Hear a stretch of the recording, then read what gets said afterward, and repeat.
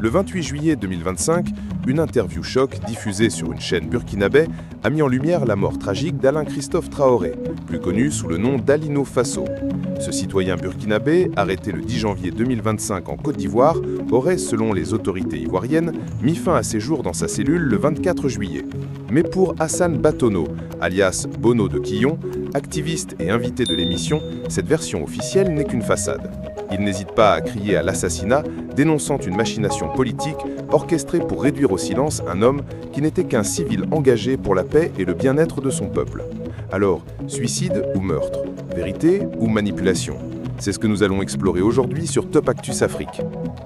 Alino Fasso était un homme respecté, connu pour ses actions humanitaires, collecte de fonds pour les orphelins, soutien aux veuves, aide aux populations démunies. Il était même félicité par le capitaine Ibrahim Traoré, leader du Burkina Faso, pour son engagement patriotique. Mais son arrestation en Côte d'Ivoire, sous des accusations floues de déstabilisation, a tout changé. Selon Batono, Alino Fasso a été torturé, affaibli, privé de contact avec sa famille et détenu dans des conditions inhumaines, loin des standards d'une prison classique.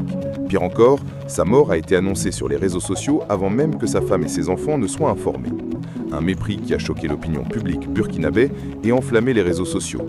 Mais ce n'est pas tout. Cette affaire révèle des tensions profondes entre le Burkina Faso et la Côte d'Ivoire.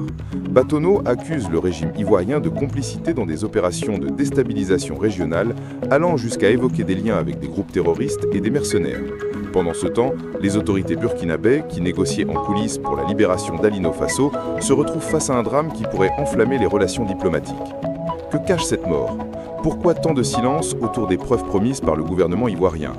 Et quelles seront les répercussions pour les deux nations?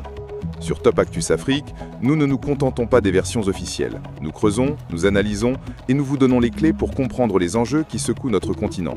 Restez avec nous pour décrypter cette affaire troublante, ses implications politiques et les réactions à venir. Abonnez-vous, activez la cloche et partagez pour ne rien rater de cette enquête explosive.